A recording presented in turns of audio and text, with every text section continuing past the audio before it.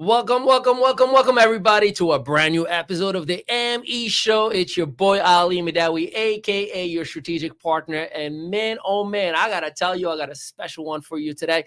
I'm usually not nervous. You know me, I speak in front of thousands and have in front of hundreds of thousands of people in my career, but I'm nervous in front of this guy because he actually inspired me, motivated me, and the reason why you see me do what I do every single day. If I could put my hair sideways like he does, I absolutely would. He is a comedian. He is an actor. He is a voiceover artist. He is an entrepreneur. He actually has his own shows, a producer, doing amazing, incredible things, a career of close to 2 decades. And I got firsthand seat throughout that whole, I'd say since truly since 2012 that I've really been paying attention to him. And he's from New Jersey. He actually is a local superstar. I refer to him as NJ's GOAT every time I share any of his stuff. And I am super humbled to be here next to the greatest of them all, the one and only Derek D, baby. Oh man, I appreciate that intro is I'm humbled by it. Thank you so much. I do appreciate that. Thank Ali, you. In the future, so while he's taking his first Oscar and all the big awards, make sure you say that I predicted it first, right? Like, wow. Make sure Ali Midawi said Oscars, Emmys, Grammys, you name it, with the S's at the end. My man, I genuinely am humbled and grateful for you to be in here. And before I get into your story and your greatness and your gift and talent, and many people trust me when I tell you, you've seen his face before. If you've seen any of the ESPN Bet commercials recently with Stephen A. Smith, he's the one who orders the sandwich right after Stephen A. If you saw Petco commercials in US and Canada, he's the voice. We get it. PetSmart. Sorry, I apologize. Not anymore, though. That was a couple years ago. I was the national. But I can go on and on and on. You've done so many incredible things. And to see you being authentically you and not selling out is something that I admire and appreciate. But let me give you some context. 2011. At the time, my family and I owned a taxi company in Belmar, New Jersey called Jersey Shore Taxi. Now, I was a gangster back then. And what I mean by that, I used to bring the caddy, like I used to call it the Batmobile, where the guys drive the cab, and I would have my taxi license in the actual dashboard. And whenever somebody needs a cab, I'm like, look, I can get you a cab or you can hop on the caddy. And most people in the summertime with a drink, they're like, yeah. So I see him. I'm like, Derek D, what's up? He was like, hey, how you doing? He gave me that. Who the heck are you? I was probably had some drinks. A little bit of drinks in the system. And then you were with a few friends of yours. And I call my brother. I'm like, look, there's like 6 or 7 guys. I can only have 4 in the car. You can take the other. And you were like, is this legit? And I literally took my taxi license and I took my license. I'm like, here, check it out. It's legit. I'm like, look, man, I'm a fan. I follow your show, Fast Lane Daily at the time. And you were like, all right, looks legit. And you hopped on my caddy. And the 3 other guys hopped on my. Yeah, I know you don't remember any of this. It's probably not because it's definitely not because of you. It's because of me. But that was a moment that you don't even understand. I'm having like a Borat moment, like, oh my goodness, I have Brad Pitt in my car. I feeling the love and the excitement. And that's when I double down on watching you create and being consistent. And no matter what the amount of success or lack thereof by the judgment of society, you never compromise and you always have been pedal to the metal. And for that, it led to the ME studio and it led to the podcast and it led to me having enough confidence to say, this kid who was born in a third world country, I came to the United States on June 20th, 2002, and it was me no English. I haven't spoken a word of English to sit here and create content for companies and do what I do every single day. So I owe you 10%. Listen, I everything you just said, I appreciate that so much. And I appreciate you saying, the fact that I stick to my authentic self, because I really do try to do that. And that's one of my writing partner and one of my close friends, Alan Kaufman, AK, yep.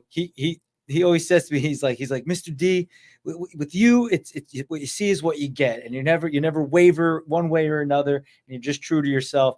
And I appreciate when I hear other people saying it. So thank you for saying that. Without a doubt. And I'm humbled about that. And I'm sorry if I don't remember that night particularly, because we're talking about almost 2 decades Yeah, ago. You are totally fine. and I probably had a handful of beers. Or Yes, more, and, yes, you absolutely did. For you guys to get on an unmarked car, it could have been God knows who. It tells you what kind of night it was, but it was a good time. Sure, definitely. And the interesting thing, we've met a couple of times. It would always be like a couple of years later, and we'll bump into each other, and I do remember some of those. Well, I don't remember we in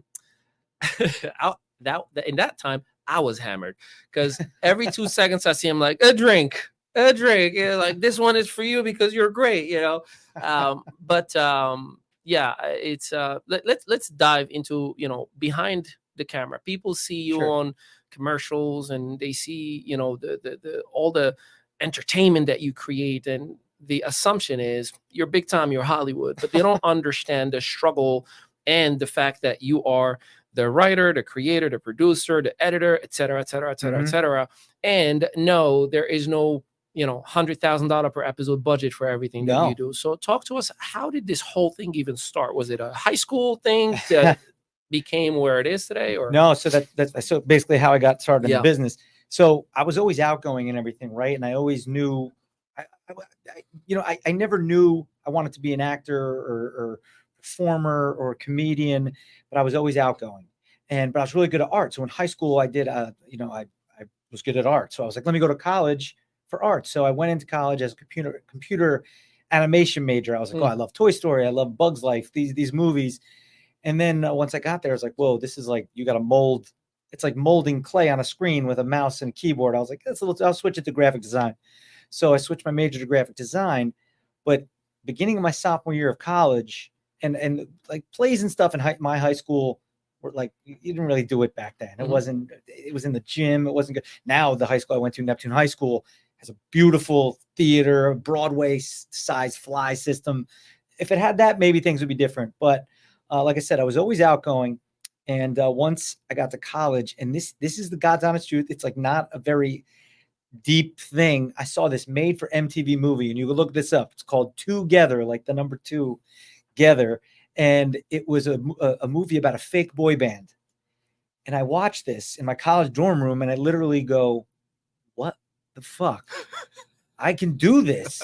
And I went to Google. I was like, acting. Oh, I need headshots. So I found a photographer. I went in the city and got headshots.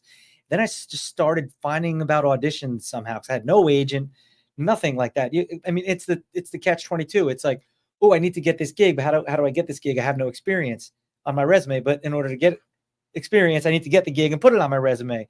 So in the beginning, it's like, do as much free shit as you can. Just have to get out there. Yeah. And I was going on auditions. I was bombing, not getting anything, but I just kept doing it. And then I took acting class, and then I took comedy class, started doing stand-up, and I would do stand-up, and I would bomb, and I'd bomb, and I'd bomb, and I'd kill, and then I'd bomb, and I'd bomb. And you would just be like, it's so, you can't be a comedian or a performer without bombing and failing constantly. Like even now, still fail every day. I get told no every single day from multiple auditions that I've done the past week. Some are like, how in the world did I not book that? Or how did I not get a call back for that? And what I do is, maybe for a second I go, like I just had a gig. I didn't even get a call back for it. And literally they should just put on paper, we're looking for Derek D. Does anyone know where he is? And I said to my agent, I was like, I didn't even get a call back for that. I said, that is bonkers to me. I go, you know what? Oh, well, in the past, move on. What are you going to do? Sulk about it? And that's what people do. They start auditioning, not getting anything. And they're like, fuck it, I'm out of here. You just gotta keep doing it. You're going to be broke. You're going to be mad. You're going to be upset. You're going to cry. You're going to have people in your family and friends and people that don't even know you. What are you doing? You suck. You're not good at it. Just keep moving forward. That's it. It's like the simplest advice, but the hardest one to actually follow. The hardest thing to do. But that was my start. Made for MTV movie. Started auditioning, and the rest. I believe, if I'm not mistaken, you've actually did make a boy band type of an act with you did do it, right? I was in a boy band. Yeah, I was in I've done a video. There's a video I did during the pandemic. It's going to be May. where I'm dancing all the 5 parts. That was for NSYNC. amazing, by the way. That was a lot of work, but I mean, it was I every loved it. song in it too. Well, It was two different songs from NSYNC. You did another one though that you did like a bunch of different songs. You were just flipping from one song to another. Oh, that's called that's called Music Galore. That was nuts. And there's 4 of those. Yeah, There's I mean, 4. you even have Eminem part in there, like going like ripping it, like yeah. So yeah, we're jumping around a little bit, but the boy band thing in college, I was in a boy band called Mixed Results with a Z. Who named that? We were trying to come up with a name, and that was what stuck, because we're like, oh, we're all from different places, and you put us together, you get mixed results. Yeah. Okay, let's stick with that and just a quick story about please. That. We were going around to different talent shows around the state, and we were winning. We were doing all in sync. So we did this one show down in South Jersey, and we kept winning, and we won it, and we were like the only white kids there. It was and it was so fun. So and we ended up winning that, and all the women in the audience loved it. All the dudes were like, get the hell out of here, all that shit. But after one of the shows, I think it was that show, Joe, the R&B singer, was either him or his manager was there, and we're like, hey, like, you guys are killing it. Like, what's your deal? Who sings? And because all we really did was dance at that point, but me and Andre could sing. You don't really need 2 guys that could really sing. And the others in a boys band, they're just the back vocals. Guys, yeah, and Joe, for those who don't remember, he was the R&B singer that sang that song. I want to know what turns you on. So, and he was on the Don't Want to Be a Player with Big Pun, huge song. And the guys got like spooked. And I was like, well, then what are we doing this for? Because why are we even doing this? I was on Say What Karaoke back in the day. Wait, when you say spooked, like scared of the whole... They were like, oh, this is getting serious. I said, then what are we doing this for? And only like me, Andre, and... So I'm assuming none of those guys are in the industry right now. No. I mean, nothing but love for you fellas, but... No, they're not. And I reached out to them. I'm still friends with those guys. I reached out to them during the pandemic for that it's going to be May video. I said, oh, what a fun idea. Well, because we all basically remember these dance videos. So each of you guys record yourself doing your part, and I'll put it all together, and it'll be us, even though we're not together, but we're together. And 3 of the guys were like, nah, man, I'm too old. So I was thinking about it. I was like, so you know what? I'll just do every part, but I'll wear different clothes, and I'll be in a different location for each which section. You did phenomenal with that as well. Yeah, that was something. You see, and that's what I'm referring to. Like, there's a difference between, and look, I got other friends who, you know, they're attempting to be in the industry, acting and whatnot. I got a few friends. Shout out to Travis Whitaker. He does theater, a lot of theater, and he gets a lot of theater gigs. Yeah, theater's great. Yeah, but one thing that I do know is that you put a lot of work and money and resources into actually the production end of things. Yeah. So you went from this, you know, high school education. Nah, let me go just be a graphic designer. Oh my God, I can do this. Boy band. All of a sudden, there's this spark of like, what are we doing this for? The decision is made. I'm gonna do this the right way. Not necessarily the boy band thing, but just being in the entertainment industry. Yeah, I did musicals in college, and I took tons of acting classes and things like that. Actually, I had to go another year of college because I took so many classes. Yeah. That didn't count towards my major. Yeah. So I was, which I didn't mind. I loved college. And it was right outside of New York City. It was in North Jersey. So, I mean, I decided to do that, but I kept my major. So I have a Bachelor of Fine Arts in graphic design. That's what I graduated with, because I said, you know what, having this skill, I could design all this stuff myself, create more work for myself, but I don't have to pay anyone. And it's going to be exactly what it, and you're more valuable when you like the Asbury Park Monologues logo. Yeah. People are like, oh, I love that logo. Like, I designed that, you know? Yeah. Yeah. And you guys are seeing it on your screen right now because we got a great production team that's showing it to you. There it is. So let me dive into, when did you decide to start focusing on production and post-production, and, you know, the decision of buying equipment? I know it is not cheap to, you know, I'm not doing movies with Denzel, but I'm going to spend money on quality equipment, because I see your stories and you have quality equipment when you're doing the showing the other side, when you're doing the auditions and whatnot. So, yeah, no, there is, you do have to invest in yourself and get quality stuff, especially when it comes to the voiceover. Yeah.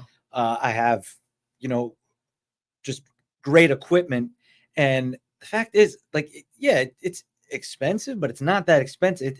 Well, it has a great ROI. I mean, the more you invest Right. in yourself, the more you're going to get. My back voiceover into it. equipment has paid when you include the computer, the monitors, I mean, otherwise you would have ended up in a studio and hire production teams, and it adds up.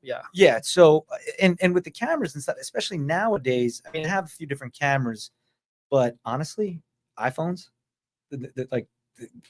what they can shoot is amazing. So I use that for a lot of stuff now. When I do like a big production, like when I did a Dear Entertainment Industry video that recently, that actually we didn't shoot on the iPhone. That was a legit camera, and had a couple other cameras from different angles. But yeah, I mean, I'm definitely more in front of the camera guy, but I really learned a lot of the behind the scenes stuff, not from only getting gigs and being on set, of course, but it was the day in and day out of hosting the show Fastlane Daily, which I know you know of. That's when that's when I fell in love. Yeah. Well, thank you. But it was the day in and day out of that. And I would see our editors working on the show, and I'd watch, because we always watch the show after. Oh, what is he doing there? Oh, okay, I'm seeing that. Oh, look at the sound guy doing this. So always very keen and watching. Why are the lights there? Why is the light there? Oh, I get it. Okay. So I just learned, and like kind of just by osmosis, kind of I retained it and was slowly able to do it myself. And a lot of people ask, bring Fastlane Daily back, just do it yourself. And it's like, I'm not going to take a step back. If I do Fastlane Daily again, which I would, it has to be a major production. It's got to be done right, because we've already had it up here. Yeah. I'm not going to drop it down. I have 500 million views in YouTube alone with Fest. Daily. Yeah. I mean, if you the amount of views between Fastlane Daily, and then I was a cast member of a huge channel called The Key of Awesome, which was a parody channel that did sketches and parodies and comedy sketches. And Mark shut that down about 5 years ago, but I mean, they had billions of views. So you had those views, the amount of Fastlane Daily views. Like, you've definitely seen me somewhere. You know what I mean? Yeah. Like the amount of views. So let me over the years put a specific question on that. Because the perception in this generation now, if I just go viral, I made it. But there's a lot that goes, meaning, like, if you want to go professional in the entertainment business, and how in the world, I saw, King Bash this morning posted an OnlyFans model. She posted literally 500 images, 60 videos total. And she said, I'm retiring from OnlyFans. She made $67 million. When you hear something like that, it's aggravating at the same time. It's because I always think the talent will rise to the top. Now, there is all these, and I hate the word influencer. I'm an influ. What do you mean you're an influ? Like, and there's so many of these. There is a lot of great. Derek is building my monologue right now. Go on. There is a lot of great comedians that are online, and there is a lot of funny people. And I mean, TikTok, a lot of it is a lot of great dancers, which is great. That's a great platform for that. But a lot of these people that are influencers, you take them out of that quick edit style and this and that, and you put them on stage with a mic under the lights in front of a live audience. Let's see how you do. So, because you didn't put in your 10,000 hours. Woo, my guy. Now remember when I told you about why I'm signing up for the monologues? You were like, you're actually gonna. I'm like, yeah, because it scares the shit out of me. It should. I am terrified. I'm good. Give me a microphone and an audience, talk business, talk sales, talk marketing, inspire, that's motivate. What you're my 10,000 hours, right? That's where you got your 10,000 hours. But to get a laugh, like, even thinking about it right now, this is why I was like, I'm nervous that you're coming in here, because guess what? In my head right now, and I gotta calm down. My brain is like, this is an audition, bro. Like, you're auditioning for me. I'm not one of the judges of the show. No, it's not even about that. Just for who you are, because I study you. I watch and I study you a lot. I am a stalker. my mannerism when I'm recording an audio or when I'm recording a video for an client or doing anything, I actually try to say, okay, Derek is sitting right in here. No, for real. What really Derek D do? Study you. No, thank you. Because it makes a difference. You can see, like Like I don't do multiple takes. I like, if I'm gonna do a 5-minute video for a client, like I like it to be One take. beginning to end all the way. And Sure. if I mess up, nope, I got to do it all over again. Like, you can, no, I know, but I want it all over again. Good for you. Because I want it to be that perfection. And I watch a lot of your stuff all the time, and it inspires and it motivates. So the reason I signed up for the Asbury Park Monologues, which we're going to spend a little bit of time on talking about in this episode today, is because of what you just said.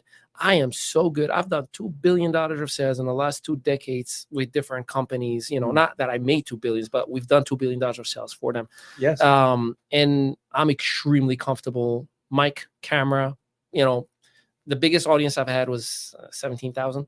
Great. No problem. I can speak in front of people. That's the first part, being comfortable in front of that people. Does nothing to me, right? But they get a laugh. And I remember, dude, I got my first time speaking on stage, and everybody's like, you can hear a pin drop, right? Everybody's like, Mr. Medawi is speaking, pay attention. And then I said a joke, and it was a pin drop. And I'm like, shit, I'm out of state of motivation. Yeah. I mean, I always tell people, get out of your comfort zone. Yeah. You got to get out of your comfort zone. And, if you want to be good at anything, you need to put the time in. Yeah. Like you have to, you have to fail. Like I said before, like earlier, fall flat in your face, bomb. No, people are not going to believe in you. It doesn't matter. If you believe enough in yourself, and this sounds cliche, but it's true. You believe enough in yourself and you could do it. You just keep going. And there's going to be times where like, I got to stop. I got to quit. I got to quit. I need to go. What is your IQ level? Your I quit level? Have you ever kind of like this high. Close? Probably not that high. And you've never had a moment where you're like considered or had a slight like demon that's like, let's do something with graphic design. To where I would like veer off. Yeah. No, not once. I put it this way. There is no plan B. Yeah. There is no parachute. Because if you do have that, then you have that. It's there. You're like, oh, you know what? Let me just go back. And I could, even though nowadays you just type in, I want this and this, AI, and AI just builds it in 2 seconds. So the graphic design job is just going to be gone. Yeah. But I still think the human level adds tremendous amount of anything, whether it's graphic design, whether it's voice, whatever it is. Production. But no, I just said to myself, I'm like, this is it. This is what I'm going to do. And obviously there's different facets of it. So a lot of times I'm like, what do you need me to do? I can do it. I'm a song and dance man. I'm an actor. I always say I'm an actor who could sing. I don't say I'm a singer because I know how much work singers put in. Right. I'm an actor who could dance. I wouldn't say I'm a dancer. I know a lot of dancers. I know the work they put in. So I wouldn't want to take that away from them. But yeah, you need me to learn choreography? I could do it. You need me to sing? I could do it. Acting, hosting and comedy, those are my strong suits. And, but you got to, branch out, wrote a sitcom with AK, we're still pitching that. He just wrote a screenplay with me in mind. So now there's that. I'm doing the Asbury Park Monologues. I came up with the idea for the Dear Entertainment industry video because of my experience in this industry. And I think it was the kind of thing where it's like, you know what? People might watch this and be like, fuck you, Derek. Or people might watch this and get motivated. And I think anyone could watch it and be motivated.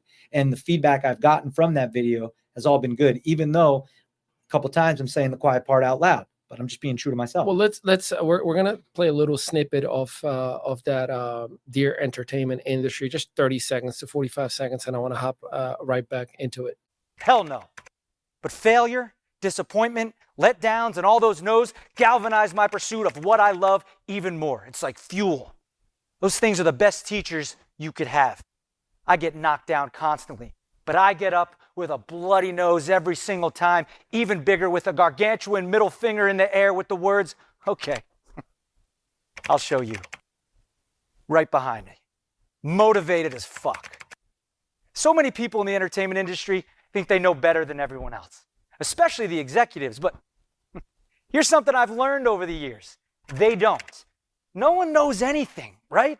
All just people with opinions. How many times have you heard the old, you'll never make it story?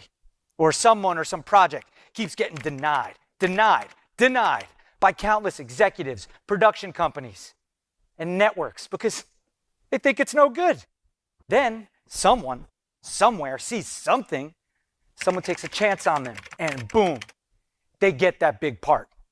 Their show is picked up. Their song is charting. They're dancing on Broadway. They're giving an acceptance speech while holding an award in their hand saying, never give up, because I was told you'll never make it.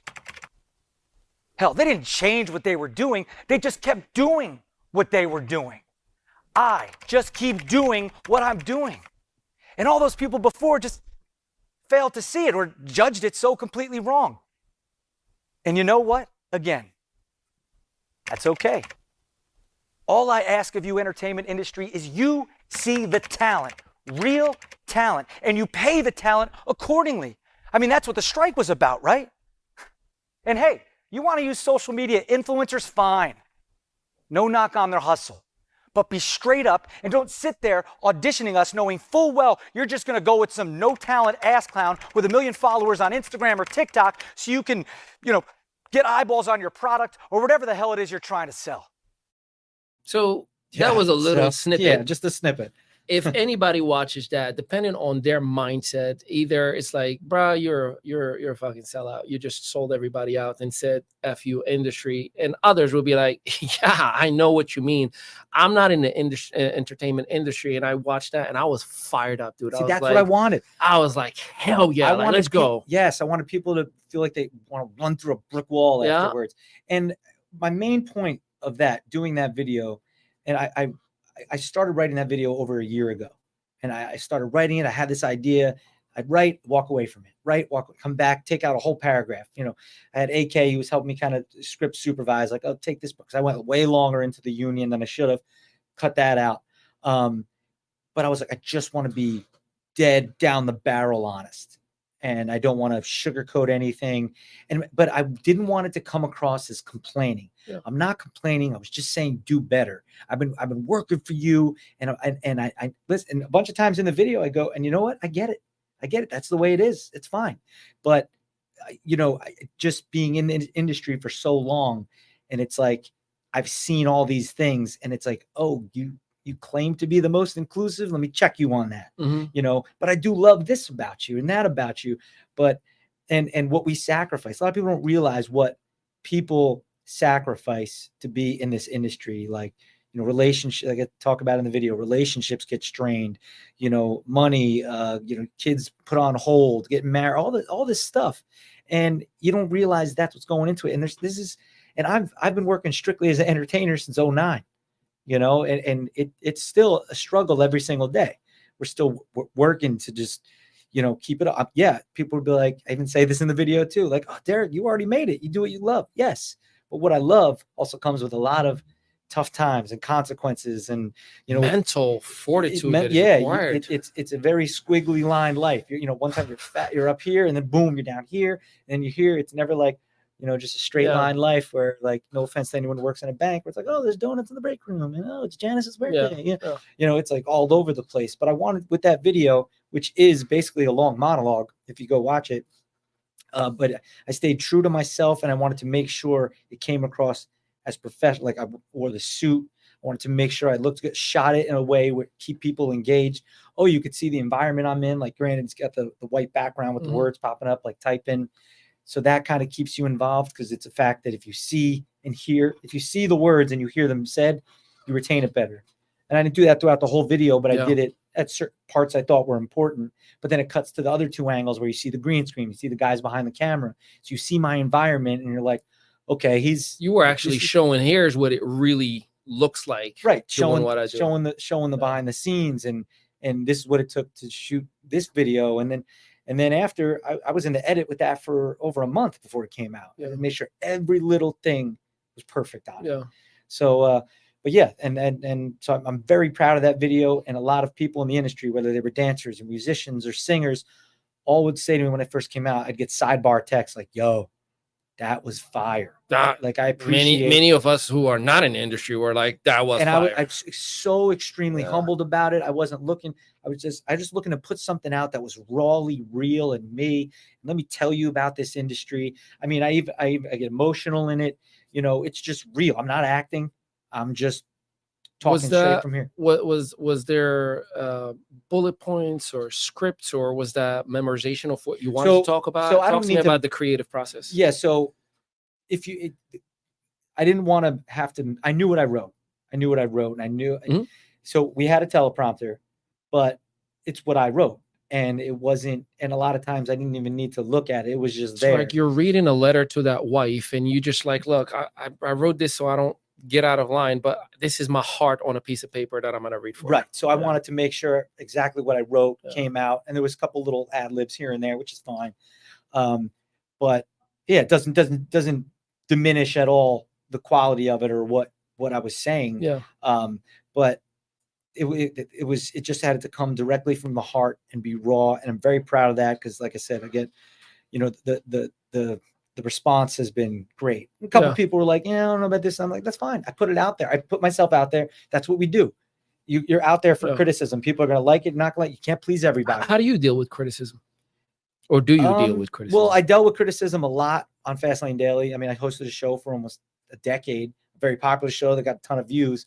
So there'd always be people. So granted, 90% were positive, right? But unfortunately, in our industry, a lot of people focus on the negative. So what I would do sometimes, like, it didn't really affect me too much. I mean, people would go out of their way sometimes.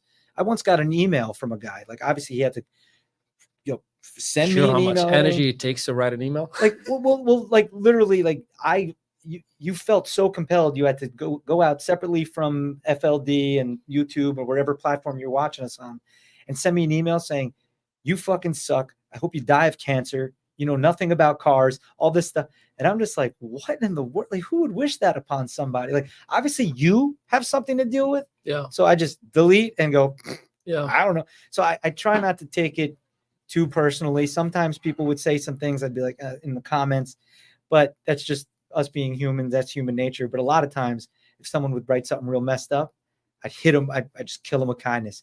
I'd be like, hey man, you know what? You're entitled to your opinion, and that's fine. I just still appreciate you watching. I hope that's okay. I hope you have a great day, because your view still counted. Your comments still counted. Dude, I love it. It pisses them off sometimes. Well, and then most of the time, probably 99.9% of the time, you get a comment back.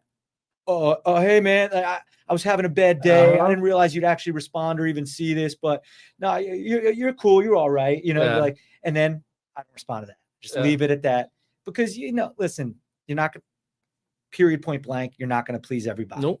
Ever in anything. And especially if you're someone in the public eye. I was going to say, I'm not even for it. Yeah. Yeah. And I'm not even anyone that's huge or anything. And geez, yet. I mean, I was in an article in a Variety online. And it was when the whole thing with FLD happened with one of our founders, and he got caught. He basically stole $8 million from Epics and all this. And he was one of the owners of FLDs. FBI interviewed us and everything. And my good buddy, I'll say his name, Matt Farah, Smoking Tire. Mm-hmm. Good guy. I've always liked Matt. For some reason in the beginning, he thought I was like part of that. And like, he was like bashing me on Twitter and online and everything. And then Variety did like this whole article, and apparently they got a whole, so what my former boss for FLD, for Fastlane Daily, he actually helped me a lot in my career. If you're just talking what he did for me, he helped me out a lot. And I spoke to that because he asked if I would write a letter of character to the judge. And I did. I said, I'm not saying he's guilty or innocent. Here's what this dude has done for me. Yeah. That's what I kept. Somehow Variety online got a hold of it and posted some, lines of what I said or whatever, some quotes. And, it's crazy. They were like, you should go to jail with him. And it's like, here am I, like, wow, you're going to this extent to bash me. And like, so imagine what, Tom Brady takes, or, Jennifer Aniston, or all these people. Like, that's why I have such compassion for celebrities and stuff when they could take the higher road. And because, I've had tastes of it, and holy shit, could you imagine? Yeah. Yeah. I'll come back to that in a second. Let's talk about Fastlane Daily, show that was on for a decade. Was this circumstance that led for it? Award-winning show about an ad. Yeah. What was the circumstance that you just shared with us led to the ending of the show, or not necessarily? No, we were bought out. Amel sold it to Time Inc. a huge corporation that bought us in the drive. And by the way, let me just say, me and Matt are totally cool now. Yes. On his podcast. Matt's a great dude. He's killing it out in LA. Love Matt. There's no hard feelings there. Yeah. So Fastlane Daily was bought out by Time Inc. Moved us to Brooklyn, a studio in Brooklyn, and 7 months later canceled us, even though we were like the only organic views they were getting. How and why would that? Like, I mean, help me understand the logic behind it. You have a very successful show. I'm gonna buy a very successful show, and then I'm gonna cancel it. That I don't know. That's crazy. That I do not know. And is that like the mystery of the industry? It is. And people have tried. People have tried to mimic Fastlane Daily. There's been many shows that have tried to be like Fastlane. Yeah. One of my producers, who I love, JF, he was Haggerty tasked him to do a daily news show, and I was in the talks for it, but they wanted me to move to Detroit for it, and the money wasn't right for me to move to Detroit. But they did ask me, and I appreciate that. But this woman was the host, and she was a good host. But this is just one of the shows. There's been others. There's a lot of car stuff out there that if they try to do daily news, like immediately comments, oh, you're just trying to be like Derek from Fastlane Daily. Mm-hmm. Oh, this is trying to be like, stop trying to be like Fastlane Daily. Because we cornered the market. We started it. We did something that was never done. At a time, we were on multiple platforms, but YouTube was a big one, of course. And we were the longest running daily show in YouTube history. I don't know if we still are. Maybe still are because we lasted so long. But it's so cool how I started with Fastlane Daily as just like a host, just talking. I loved cars, and obviously I got pounded in the beginning, like you don't know shit, all this stuff. We're building and building. Fast forward to the end of Fastlane Daily. By the end, I was the head comedy writer. I was one of the producers, and it was very collaborative. And that's why you're referring back to how much the show and the gentleman has done for you in your career. When you were talking about the card to the judge, right. What he did for me throughout all of it. We had multiple different studios in Manhattan, and then, like I said, at the end, Time Inc. bought us out, moved us to Brooklyn. But I mean, what we did with the show, we turned it into something different. We were a daily car news show that was funny, so people could watch a show whether you liked cars or not, and they'd be like, "It's just funny," because we did bits and segments, and I did characters, and and AK is always like, Derek D, you brought that to the show. It wouldn't have went that way. Yeah. Because I would talk about pop culture and relate pop culture to car news, whatever it was. So you could be a gearhead and you want to hear about the newest, Mustang out there and the shitty EcoBoost engine in it and all that technical stuff. And then we talk about, I don't know, Lindsay Lohan crashed her Porsche Panamera. If a car was involved, we were talking about it. And the greatest compliment I've got from a lot of Fastlane Daily fans, they'd be like, you are like the Jimmy Fallon of car news. I'm a big fan of Jimmy Fallon. So I was like, because I brought the comedy to car news. It wasn't just like, and today this came out. I was going to say, how do you make car news funny, right? I know how to do it. And when we would go to auto shows, we would be so different. We'd be thinking outside the box. Like, all right, we're at an auto show and there's all these rugs. No one here is talking about the rugs. We're going to judge the rug. I'm going to lay down in the middle of all these people shooting on media days. NBC's over there with huge jibs and rigs, and they got a guy that's all rigid. And today we have the Honda Pilot. And I'm like, look at this noob. I'm over here doing, let's do rapid fire news. I'm running around the auto show, whether it's in New York or I'm dressed as a character I did named Bob Schumann Jr. in Frankfurt, Germany at the Frankfurt Auto Show, where Germans are very, and I'm all like hyped up and everything. But I'd literally lay down on the rug and do like an angel, and I'd rate the rugs, and then fans of the show would end up going to auto shows, laying on the rugs, taking pictures and filming, and be like, send it to us, and be like, oh, I give this rug. Like, I'm at the, an auto show we didn't go to Philly much. That wasn't a big one at the time. Auto shows are kind of dying down in general now, but so we had such an impact, and I'd get letters from the military, people, the Marines, being like, you help us get through.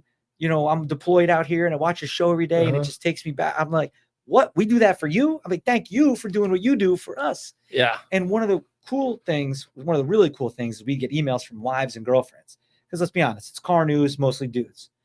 But the women would be like, I don't even like cars, but my husband does. And I watch the show with him, and then I could talk to him about the car stuff you're talking about. But I laugh at Derek D because you guys do funny stuff, so I stay interested. Yeah. So I'm like, so I get invited to weddings, all this kind of stuff, and it makes me feel so humbled and happy that for 9 years that show lasted, and people still to this day, and I kid you not, whether it's email, a DM, a message on Facebook, whatever it is. They're like, to hear these words, I grew up watching you.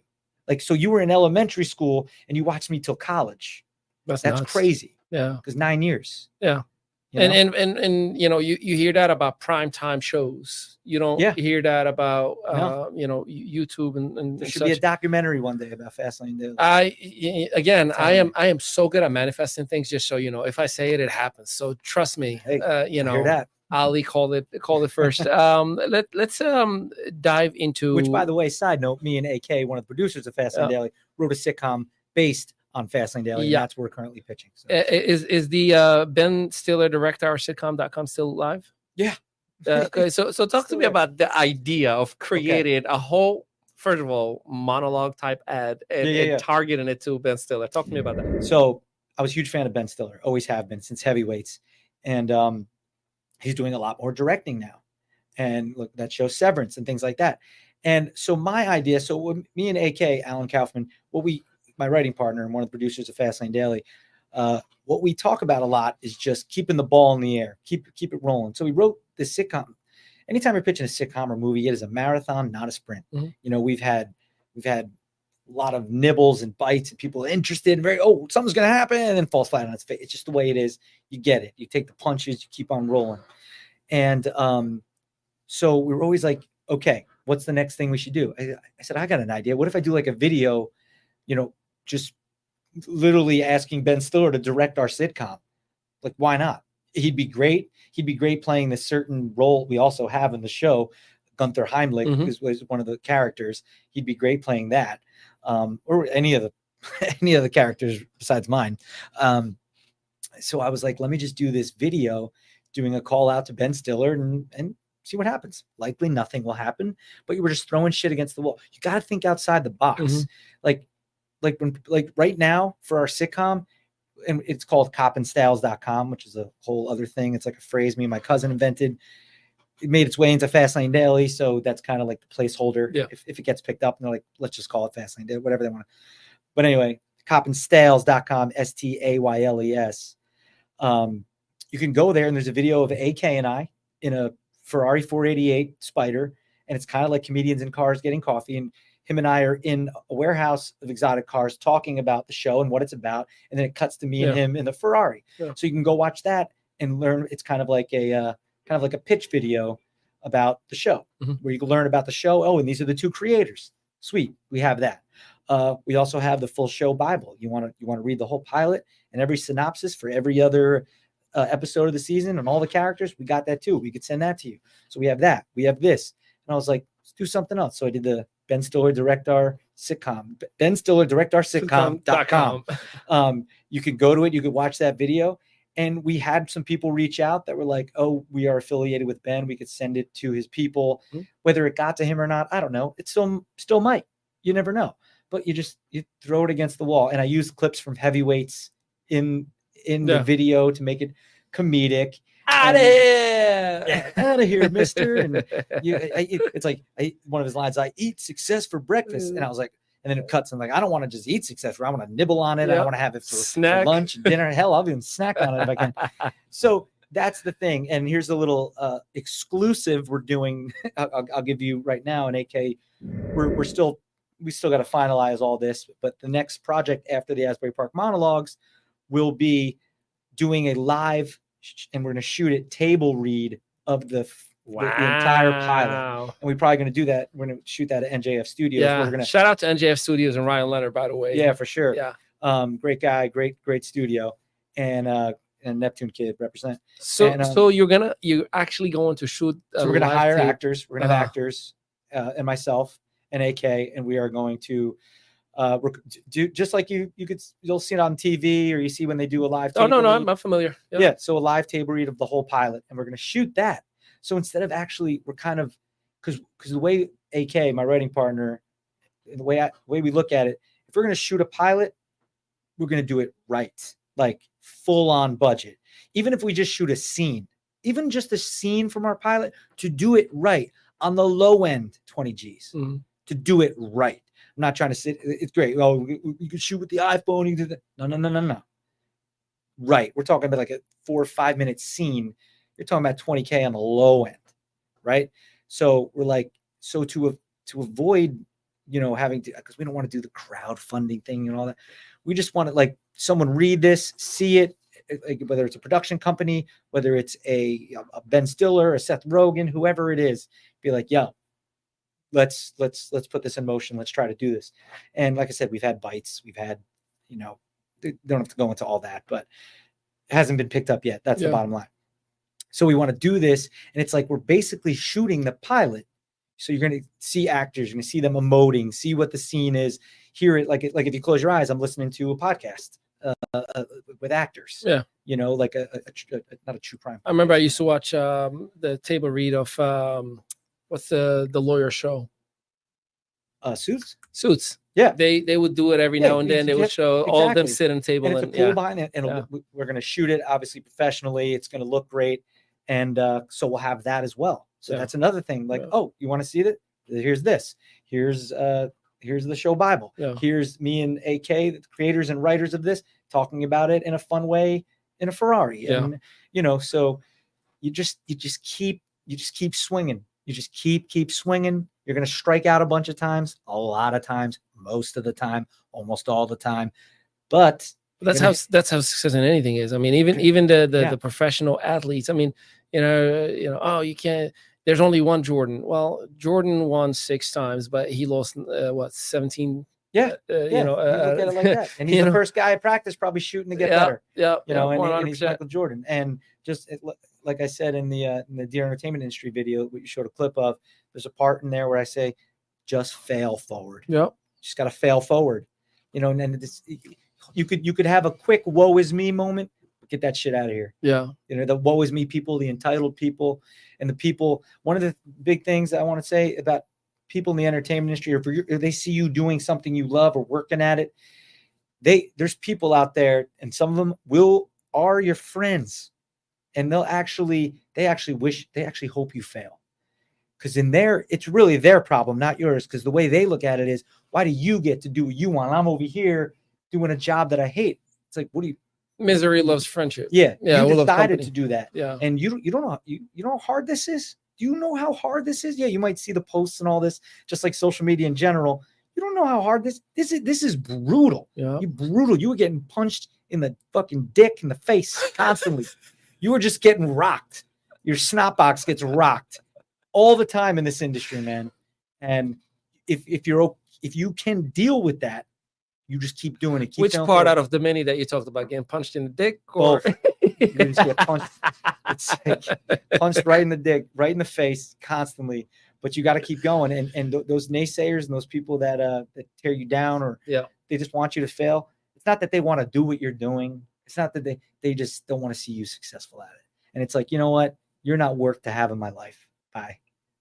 People that got your back, those are the ones, the real ones, like I said in the video. Word is bond, homie. We're going to take a quick 30 seconds, and we're going to come back and dive completely deep into the Asbury Park Monologues. Yes. We'll be right back. Derek D here, the founder and producer of the Asbury Park Monologues, happening right here at the House of Independence on Saturday, November 23rd in beautiful Asbury Park, New Jersey. Now, not only is it a very fun and different kind of show, but you could also win raffle prizes like a trip giveaway, tickets to shows, a month gym membership, the list goes on. And that's all from our great sponsors right here. Yeah, take a good look. We got some good ones. Especially our 2 official sponsors, who are Mogo, Korean Fusion Tacos. And they're kind enough to give everyone who comes to the show a voucher for 1 free taco. No, I don't want that free taco, said no one ever. Yeah, you walk in with your ticket, we'll be like, you get a taco, you get a taco, you folks over there, you're gonna get a taco. Yeah! If they come to the show. So. Right. And our other official sponsor is NJF Worldwide. They donated 1 free 3-hour studio space session right here at NJF Studios in Freehold, New Jersey. Yeah, get a load of this place. You got the white cyc wall, the green screen, all the props you could need, tons of equipment. And that's just one of our awesome raffles that you could win at the show. All right. Oh, that sun feels good. So head over to AsburyParkMonologues.com for tickets and more info. But you want to avoid those pesky online fees, just come here to the House of Independence box office at Rebel Supply Company. It's like 55 feet from the front door. Super easy. So hope to see you right here on November 23rd for the 3rd Asbury Park Monologues. I'll meet you right here. Well, in there, not here on the sidewalk. That'd be weird. Okay, cool. All right, see you there. On that note, I just practiced with Derek D how to get punched in the dick a couple of times, just so I know what it feels like. It's not bad. I'm ready. I'm ready. A hypothetical punch in the dick. Yeah, in the face. So let's talk about the Asbury Park Monologues. Yes. First and foremost, what inspired it? I know it's the biggest project that you have right now, and currently you're focused on. So give us a little bit of why you decided to do so. Especially, you are busy, my guy. You are shooting, you are auditioning, you are creating. Yeah. So talk to us about the Asbury Park Monologues, and let's dive into that. So how it started basically was there's always monologue competition shows in the city, and a lot of them they cost like probably $100 to enter, and that's all you get. You're in it, you win. Cool. You get the notoriety of winning. Yeah. And for those who don't know, a monologue is whether it's comedic or dramatic, it's basically a one-act, one-person play. But it could be, there's people that have killer 1-minute monologues. So I was like, there is no show like that around here. We have no show. In Asbury Park, such a town full of, artistry and artists and music and all this stuff. I was like, there is no show like this around here. You're going to do it? You're not going to do it. You're not. Okay, I got to do it. Okay, let me just have a bunch of work for myself. And so they were born. And the first one was in 2019. It was at the Asbury Hotel, and it was a success. And I just built on that for the second one, which was in 2021, which was an even bigger success. And that was at the Asbury Lanes. And we had a great crowd for that. And then I incorporated so the audience can win raffles that are donated by the sponsors and things like that. But the main thing was to focus on this different type of show. It's a different type of show. It's actors. You're watching actors by themselves do a mini play. And some are comedic, some are dramatic, or they could sing a musical theater song. So there's 3 categories and there's 3 awards: comedic, dramatic, musical theater song. And I was like, we need to bring this here, but let's do it different. So the entry fee is only $40 for performers, which is nothing. But what we give you, me, and there's you're getting an HD copy of your performance. The audio is going to sound great, the video is going to be great.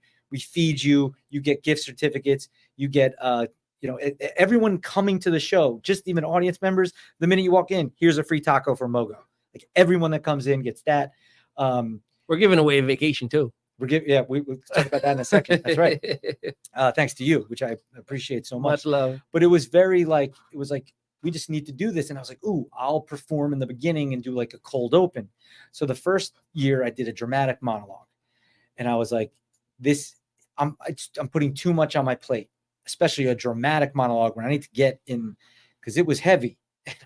And I'm literally 2 seconds before, like backstage being like, you don't want to go third, you want to go fourth. Okay, let me say, you over here, we got to do it, like putting out fires. You know what I mean? It's a day of production. That's the way it is.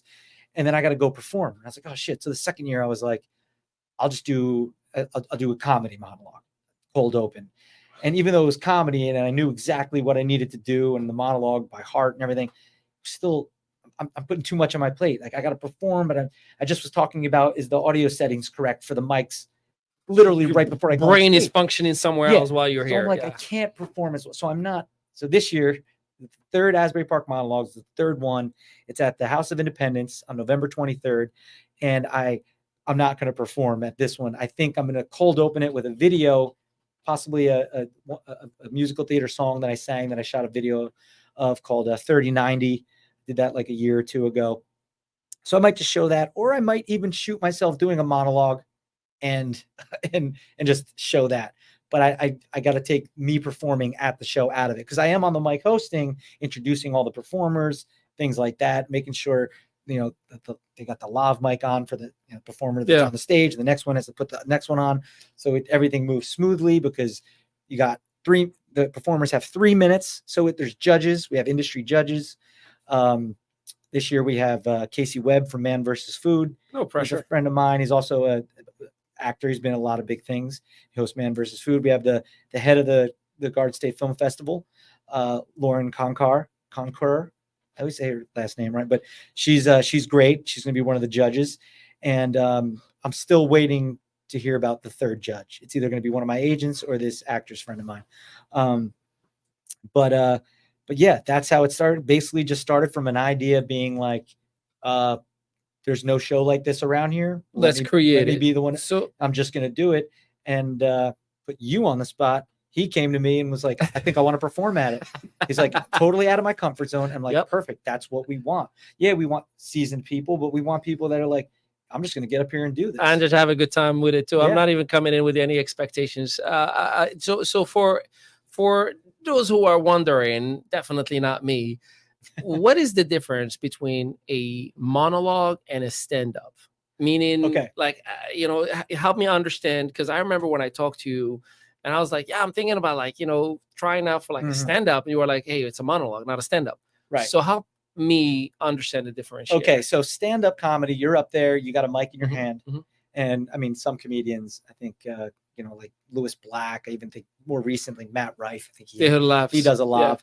But let's be honest, you're holding the mic in your hand and you're talking directly to the audience. Right. You could be doing crowd work. You could just be doing your material, and that's fine. A monologue, like I said, is a play. So you're actually acting a scene. Yeah, the audience is not, unless your monologue somehow incorporates the audience, they're not there. So we make sure we have lavs for the actors, because it would be very authentic if you're acting and you're holding. No, I get it. Yeah. Like this. Yeah. So it's basically a one act, one person play. Now, if you're doing a monologue where you're playing multiple characters, sure, that's fine. But that's the difference. Stand-up is stand-up comedy, and a comedic monologue is a funny one-act play that you're watching this person do. A monologue could be it could be something along the lines of like, so someone walks on stage and they're just like, man, so I'm in the store and I'm looking at this girl, and I was supposed to get some sneakers, but then I see her and she catches my eye, and I'm just like, hey, how are you? And then she's not even talking to me. I don't even know what's going on. So you're just doing your own thing, and the audience is watching and hearing your story. You're telling them a story. Or telling my thoughts. Yeah. And but right. Yeah. But also you could take, this is comedians, you could take a lot of a comedian's material, turn it into a monologue very simply. Yeah. You can, like, you could. I feel like it's an easy starting point. Like I tried, because I remember you were like, hey, just give it a try, practice. And like I said, it could be 1 minute. No, I get it. Killer 1 minute monologue. I get it. I don't look. I'll tell you. I told you every year I try to do something that scares me. Last year I did MMA, and I had my knee blown up for 6 weeks. But I came in second out of 8 guys that like were pros for like 5 years. Hell yeah. So I was like, I can't walk, but I am tall as hell, right? Like I'm feeling it. Right. But I did it because I wanted to do it for me. And you learned from it. Yeah. You took something 100%. Dude. I'm sure you took a lot of things from it. If mentally it was exhilarating, and it was like I overcame that thing that scared me. Like I'm not submitting to that fear, right? Right. And it's the same exact thing in here. So I'm not a lot of blood balls. Yeah, I'm comfortable with being in front of people. So you have that.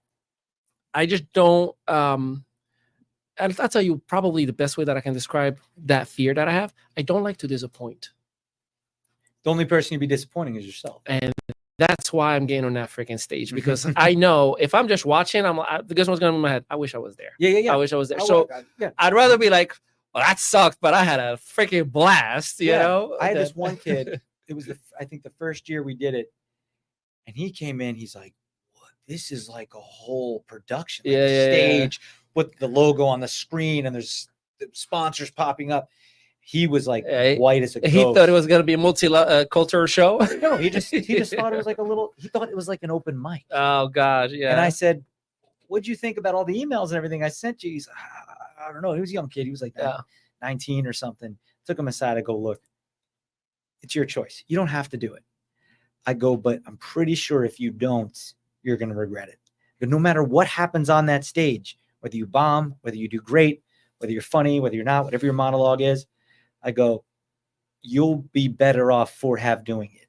I go, but it's your choice. I'm not going to look down on you or think anything about you otherwise, you know. I go, but I really, really hope you do it. And he did it. And he was not bad.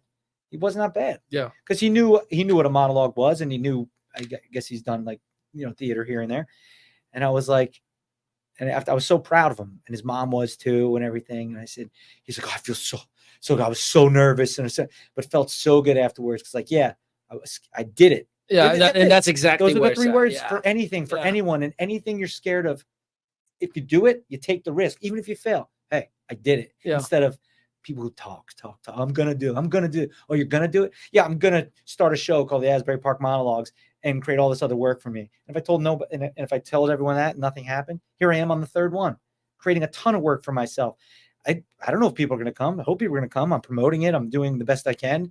And whatever happens, happens. And that's it. But I'm doing it. I did it. Yeah. And I love that even when you were coming up the elevator, I was like, yeah, how's the show sales coming? Like I sell you. Yeah. You're like, yeah, I don't look at that, bro. I don't want to worry about that. Yeah. When I had I did a few one-man shows at House of Independence. And it's funny that at the time, this woman, Morgan, she ran it. She doesn't anymore. And I was doing a one-man comedy show, Derek D, multimedia comedy show. I took 10 months of work for an hour and 20 minutes. 10 months of work. Shot in LA, shot in New York, shot in New Orleans for it. It was video, it was multimedia. So it was video. I was dancing. I was singing a parody. I was doing stand-up, all of it. And what'd she say to me? She said something along the lines of, she was like, oh, and we'll have to, you know, kind of like fill in down here a little bit. And I forget the exact word she used, but she threw me off because I was like, it was like, what did she say? It was something along the lines of like, oh, but we're not going to be able to fill down here. So I put extra chairs. I didn't ask anything. And I'm thinking to myself, oh shit. So it didn't sell out. And then I said to her something like, well, you were saying about the chairs down here. She was like, no, that was just, she was like, that something along the lines of there was two different ways people were buying tickets. She's like, oh no, it's sold out. Like so nonchalantly. And I was like, oh shit. And then you go, sweet. Oh shit. It's sold out. Sold out. I was hoping 10 people were here so I could just be like, oh, see that, like there's like everyone. So I filled the the expectations, the floor, and people were standing up top. It was one of my greatest accomplishments. I just got chills thinking. I was gonna say, do you still get the little fear when you get on that? You know, because I know myself. Yeah. It's more like first 10, 15 seconds that I get on the stage after, ladies and gentlemen, Ali Madawi, and I get on the stage and I'm like, and then it's like, yeah, it's more like a nervous thing. It's not your audience, I guess. Anxiousness. Yeah. It's not like a really, if I know I'm prepared, then I'm confident. But it's like, shit, people are going to laugh still. People are going to do this, you know, and especially when it comes to comedy. Like if you're in a dramatic play, you know, and it sucks. Yeah. There's the audience, whether it sucks or is great, doesn't make any noise until the end when they clap. They're going to clap either way. Yeah. Comedy and even a comedic monologue, if no one, it's the laughter that's the judge. Yeah. Then you did it wrong or it wasn't funny, but it doesn't mean you lost. Yeah. It means you're learning from it right now, moving forward. In terms of the show itself, is it family, kids? No kids. What kind of audience? I say like 17 and older. Okay, 17 great. And older. Just I don't curtail anyone. You want to do a monologue into politics? You want to curse? You want to talk about sexual? I don't curtail the artistic.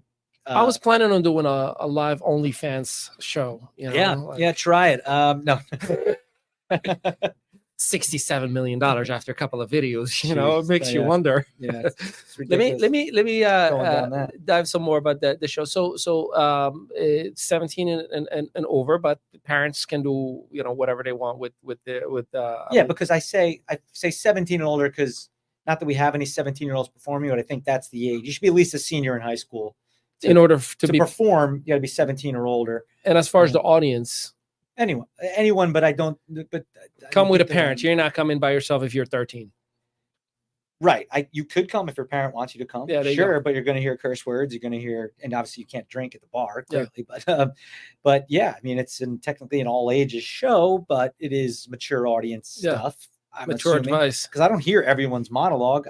I background check them in the sense of, are you a performer? Have you done this before? Have you been in front of people before? Have you done this? Have you did? And they send clips and videos and links, and then I give them the official, all right, you're in, and I've had some people be like, I think you just need a little more of this or that, and that's fine. And we go from there. And the website for people to buy tickets? Asbury Park Monologues.com. And it's right in your screen as you're seeing it right now. And just check it out. Your boy Ali always hooks you up. So make sure that you actually go and buy these tickets right now. Yeah. And if you see the image that I'm using for this year's promotional materials, so like you look at that, it's 2 pictures of me. It's one where it's comedic, where I'm like, my hands up and I'm like, and then the other side is like serious. So comedy, drama. That's what that is. Do you find yourself more inclined to do drama or comedy? Like more comedy, but I'll tell you my wheelhouse. So like Ben Stiller type movies, Jason Bateman type movies, Paul Rudd, huge Paul Rudd.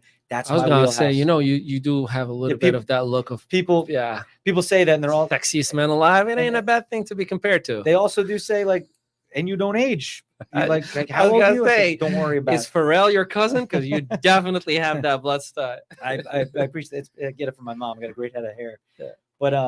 But yeah, I lean towards that. Like, so do you ever see the movie like Vince Vaughn? Another example. You ever see the movie The Breakup? Yeah. With him and Jennifer Aniston. Yeah. Funny movie. Yeah. But there are heated moments in there and arguments they have that are serious. Yeah. And that's the kind of actor I am. That's the kind of actor I am. I'm more, my resume is full of comedy, but I am trained dramatically, and I love being able to go there as well. Got you. But a good like a Paul Rudd type. So rom-coms, family drama with a slight comedy, like family movies. Yeah, sure. Rom-coms. Yeah. I mean, I love doing the dramatic thing, but you look at my resume, it's mostly comedy. Let me go back to Derek D for a second. What wouldn't you do? What wouldn't I do? Yeah, here's Hollywood coming knocking on your door. I got a $2 million starting contract, residuals, et cetera, et cetera, et cetera. But there is this list of things that you must do that you're saying, yeah, no. Yeah, I mean, it would have to be something that completely compromises my morals, I think, or values. But like if I read a script and it's like you have to be naked sex scenes for this or whatever, sex, that's okay as long as it's done right. Men on men. That's a tough one because it's like, I'm not afraid at all to play a gay character. I would do that in a second if the script is right. But it's like, does the script need the gratuitous touch, body on body? Does it need that? And I would analyze that and be like, actually, yeah, it really does. And okay, let me really think about if I can go there, like literally get there. And I might be like, I just don't think I'd be able to, and be true to myself. But I wouldn't have a problem playing a gay character or anything like that.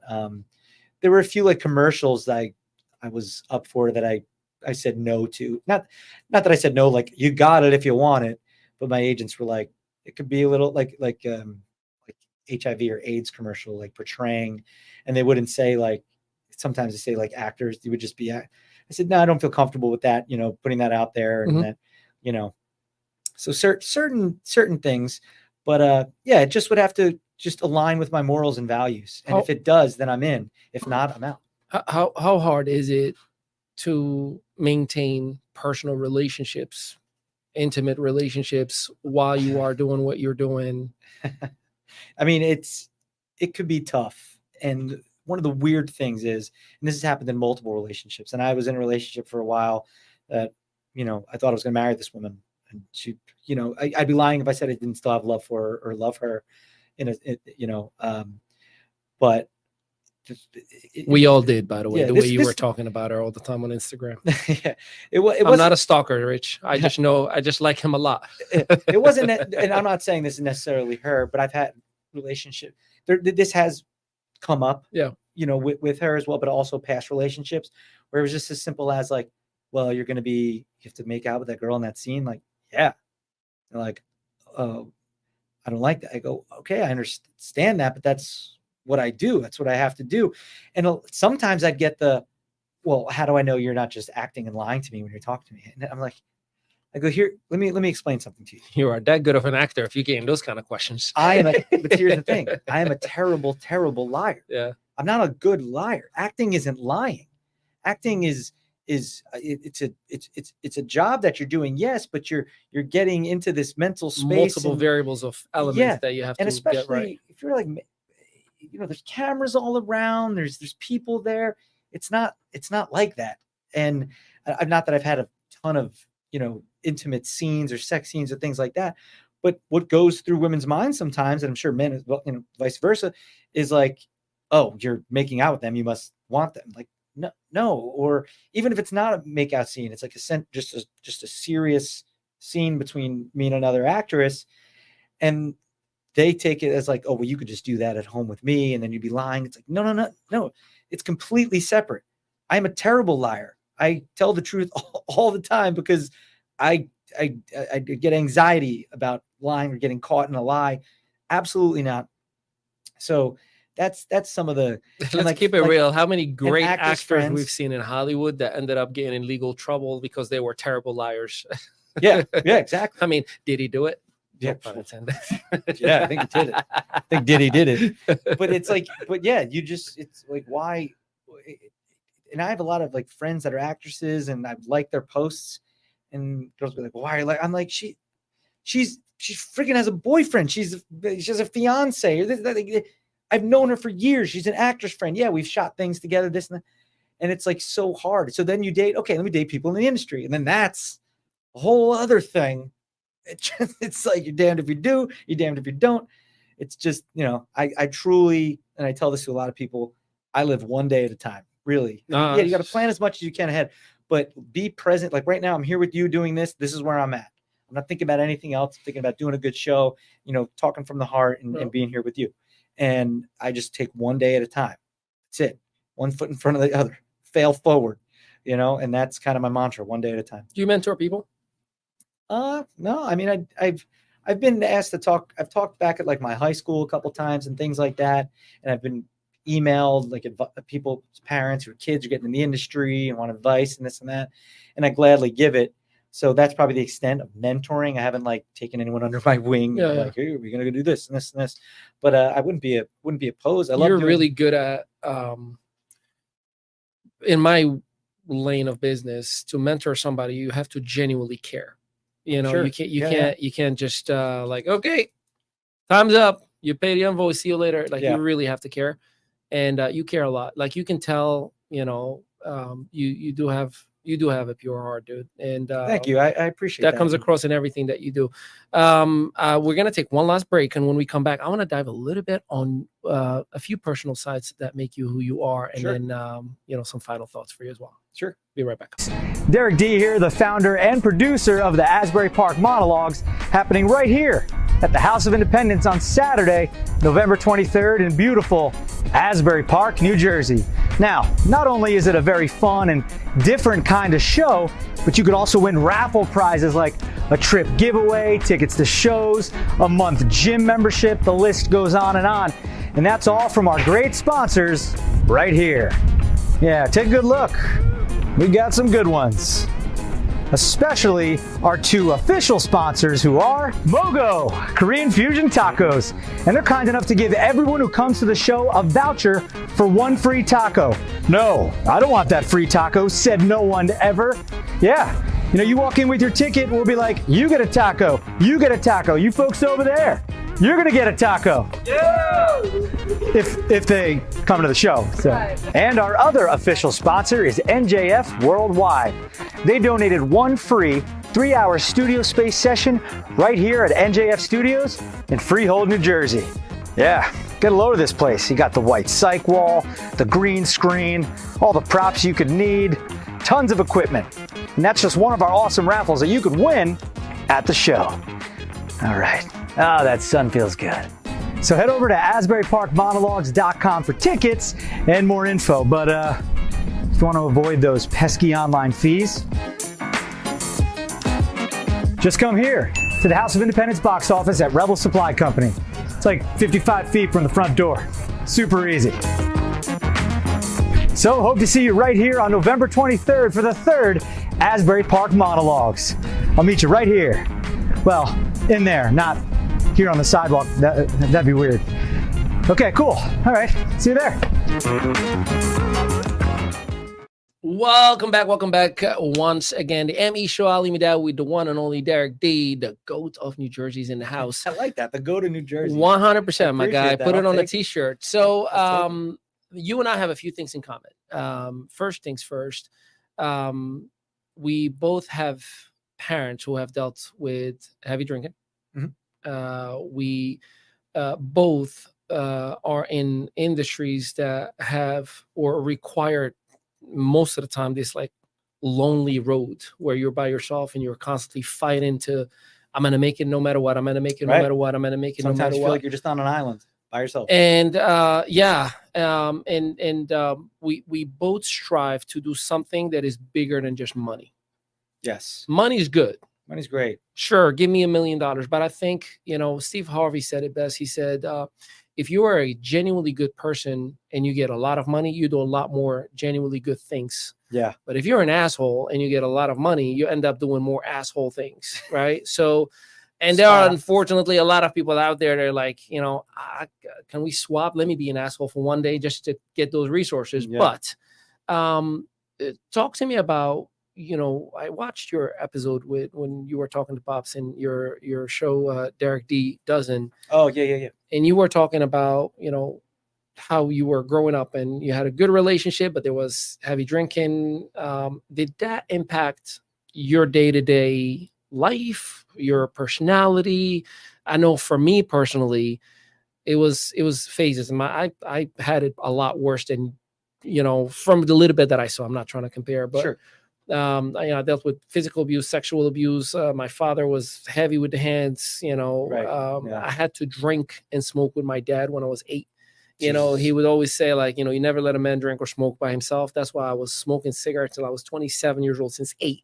So like, Jesus. Yeah. So I dealt with, but seeing that part, it was a sense of like, I gotta know for my selfish reasons, was that dark period or a little bit of what could be dark period, of drinking. Yeah.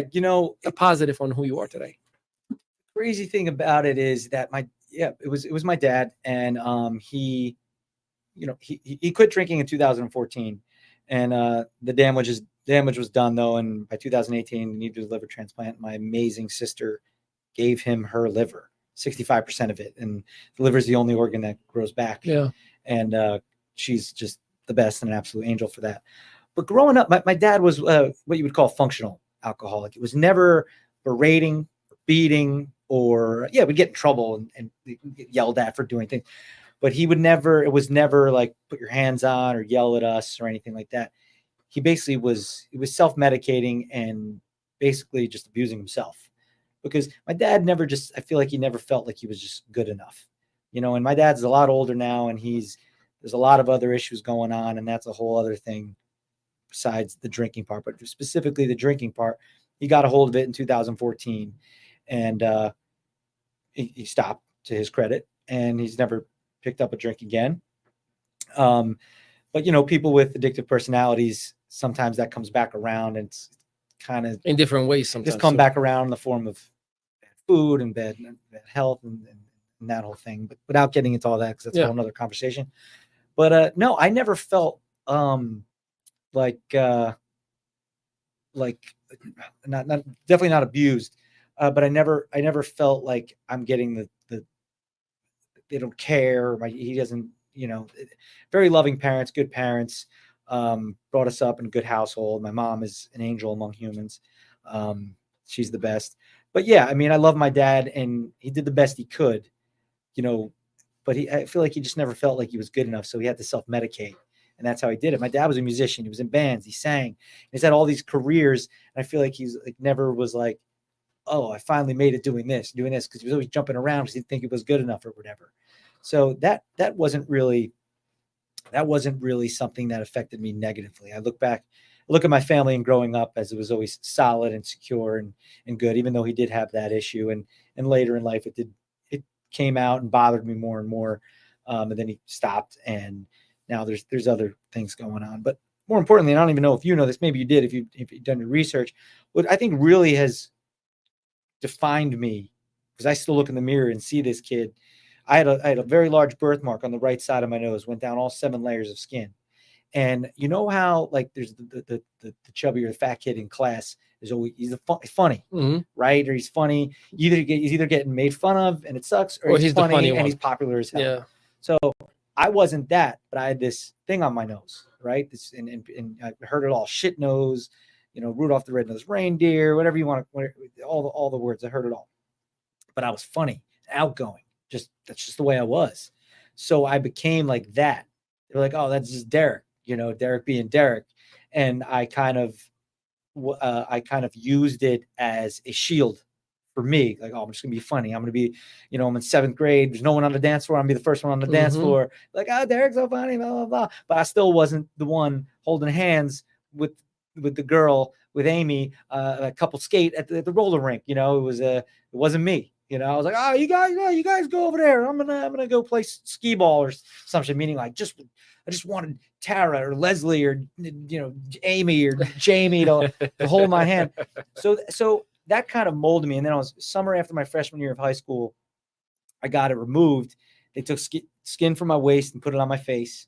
And amazing doctors. My dermatologist I was going to him since I was little, Dr. Kopp from the Empire State Building, and so finally they were like, it could develop cancer down the line, probably should get it removed. And I was like, all right. And said to my parents, cancer, like, we don't want that. But really in my head, I'm just thinking chicks, girls. I'm in high school. I'm in high school now, and if I'll show you a picture, you could have it if you want to pop it up. Oh my goodness. Like me and you look at freshman picture of me and you'd be like, that kid's probably 10. That I was a freshman in high school and I played football. Like that kid. What position did you play? Freshman year, I was like a wing back and a receiver, but I mean it was ridiculous. This I don't know if you can see that there. But that's I'm a freshman in high school. That kid's a freshman. I look 12. So I had it removed the summer after my sophomore year of and that's who I still see in the mirror every day. That kid. Do you ever have that very same thought of, am I good enough? Oh well, I mean, I think everyone does. That's a human, right? As a human, yeah. But that's really probably the thing I point to that has shaped me the most is being, because and adults were the worst. I remember vividly, I won a coloring contest in 5th grade. It was at the American Legion. There's all people there and tons of people, and like, oh, this is the kid who won, Derek DeAngelis. And I go up there and there's this older guy literally about to give me my award in front of everyone. And in the mic, he's like, hey, Sonny, you forgot to wipe your nose. Oh my God. But me, I was so used to it, just right off that, I was like, oh, it's my birthmark. I was born with it. And my dad said he was like red and fuming. He wanted to like kill the guy. And I'm up there just like, could you just give me my award for coloring good? Like, whatever. So, and kids would say things and stuff like that, but all my core group of friends growing up with, they knew me forever. So they always had my back. And, I would get chirped about it as friends do, especially when I had the surgery, because a lot of times when it's a big birthmark, they take like skin from your butt. They're like, oh, Derek, you're going to fart out of your nose. It's just funny. That's funny. That's comedy. I like that. But yeah, I mean, shit stain, Rudolph. I love Rudolph. No, listen, I get it.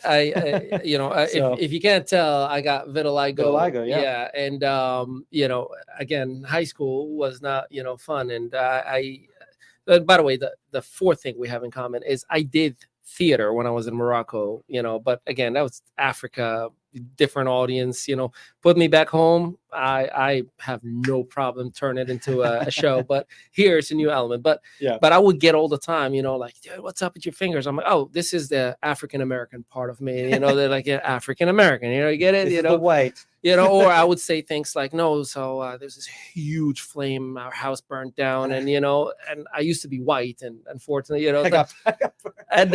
things like that, where I'm like, you can't hurt me if I'm making fun You of divert myself. with comedy, Yeah, of course. self-deprecation. So I'm good with that, but I understand and I relate to who you are. We usually end the show with $1 million question, and usually If it it's costs that much, I'm out.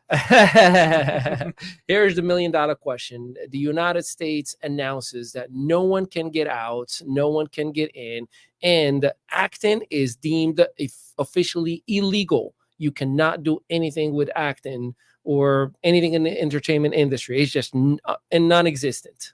What would Derek D do the next morning? That breath right there is why we call it the $1 million question.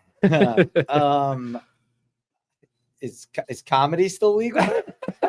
You cannot do anything in the entertainment industry. Oh, nothing in the entertainment industry. And you can't go to another country because I know that's the second thing you're taking. Well, I'm out, bro. So what am I doing? Yeah. What is the profession that you wake up and you're starting? I'm starting a profession that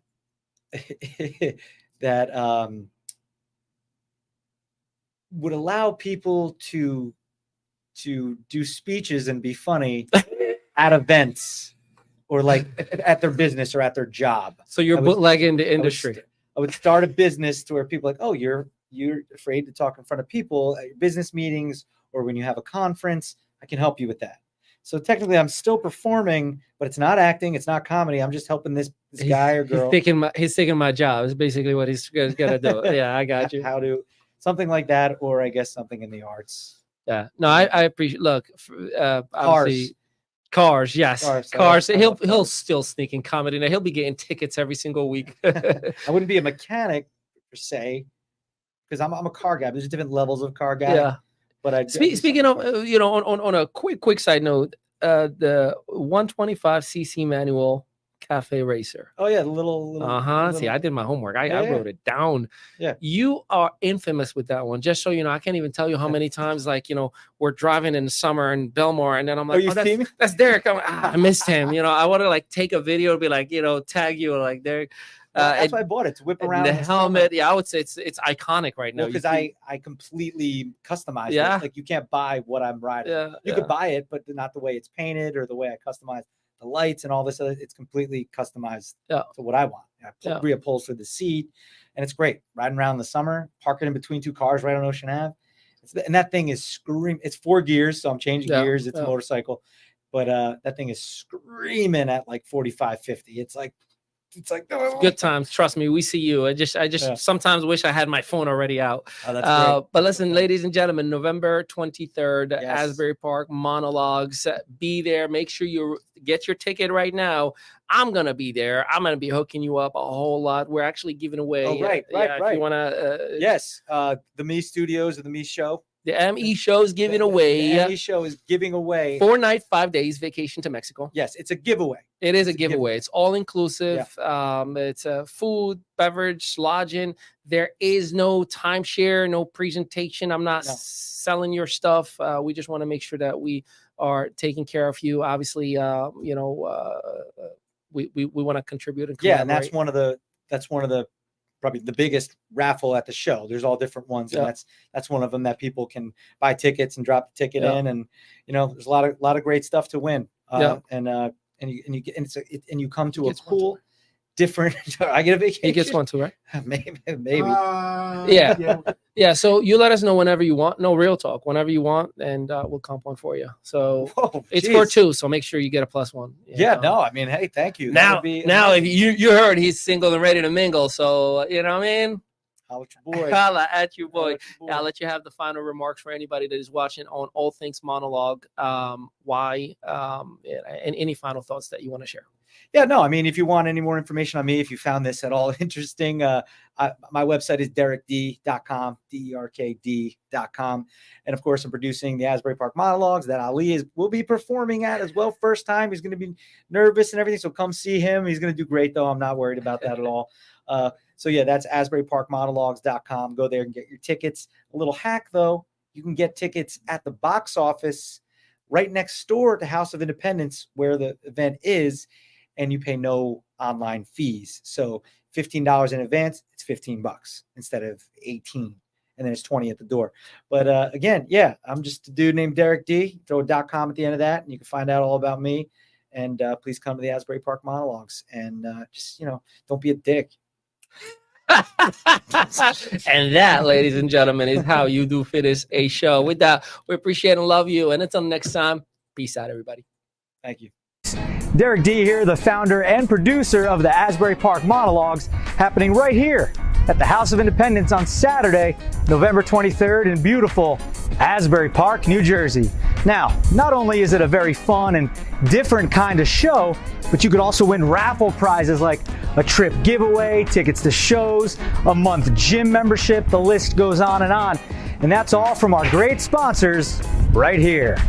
Yeah, take a good look. We got some good ones. Especially our two official sponsors, who are Mogo, Korean Fusion Tacos. And they're kind enough to give everyone who comes to the show a voucher for one free taco. No, I don't want that free taco, said no one ever. Yeah, you walk in with your ticket, we'll be like, you get a taco, you get a taco, you folks over there, you're gonna get a taco. Yeah! If they come to the show. So. Right. And our other official sponsor is NJF Worldwide. They donated one free 3-hour studio space session right here at NJF Studios in Freehold, New Jersey. Yeah, get a load of this place. You got the white cyc wall, the green screen, all the props you could need, tons of equipment. And that's just one of our awesome raffles that you could win at the show. All right. Oh, that sun feels good. So head over to AsburyParkMonologues.com for tickets and more info. But if you want to avoid those pesky online fees, just come here to the House of Independence box office at Rebel Supply Company. It's like 55 feet from the front door. Super easy. So hope to see you right here on November 23rd for the 3rd Asbury Park Monologues. I'll meet you right here. Well, in there, not here on the sidewalk. That'd be weird. Okay, cool. All right. See you there.